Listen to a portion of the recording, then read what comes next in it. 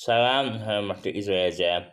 Mən hüquqşünassal Seyid Zayda. Bugünkü videoda məlumat verəcəm ki, 2026-cı ilin günlərin aməti nə qədər arta bilər, günlərin aməti nə qədər azala bilər.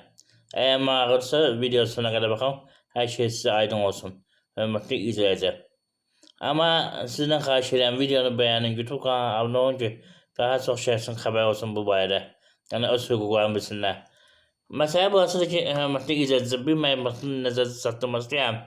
Mən hüquqşünas Sağol Seyidzadə, əlvi şəxs olduğum üçün, eyni zamanda əlvi təşkilatın rəhbəri olduğum üçün dünyanın 40 tanınmış əlvləri haqqında kitabı hazırlamışam. Motivasiya kitabıdır. Satılan 20 manata bu kitabı, hörmətli izləyicilər. Zəhmət olmasa videonu bəyənin, qoy daha çox şəxsin bu barədə məlumat olsun. Almaq istəyənlər müraciət edəsin, qeyd olunur telefon nömrəsindən, hörmətli izləyicilər.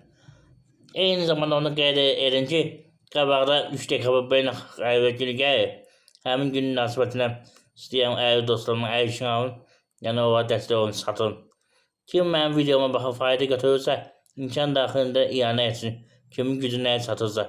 Amma birinci növbədə videonu bəyənin, YouTube kanalına abunə olun ki, daha çox şəxsin bu barədə xəbər olsun, dəstək etsin.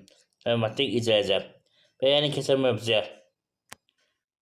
Deməli, sabit amil məbləği 246 manatdan artıq olacaq 260 manat, yanvar ayının 1-nə, 2026-cı ildən. Amma burada bir məsələ var. Kim ərizə veribsə, avtomatik hesaba etdiribsə və restitusiya edibsə, onlarda yəni artacaq. Ya kimdəsə belə məhkəmə qərarında, məsəl üçün konkret məbləğ yazıb ki, məsəl üçün 246 manat və yaxud da 200 manat, onlarda artıq olmayacaq.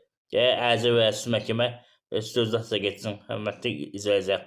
Yəni, əmr icraatı qaydasında məhkəmə baxır, qərar qəbul edir ki, artıq bundan sonra minimum əmək haqqının məsəl üçün 60% qədər ödəniş olsun və yaxud da 65% qədər, 70% qədər hesab ödəyirlər. Onda uşaqlar üçün nəzərdə tutulmuş yaşayış minimuma uyğun olaraq, hörmətli izləyicilər.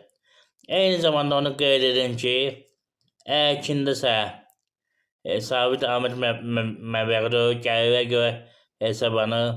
Məsəl üçün, bir uşağa görə gəlirin 4/1 hissəsi 25%, 2 uşağa 33%, belə deyək, 2 uşaqdan yuxarı olduğu halda 50% gəlirin.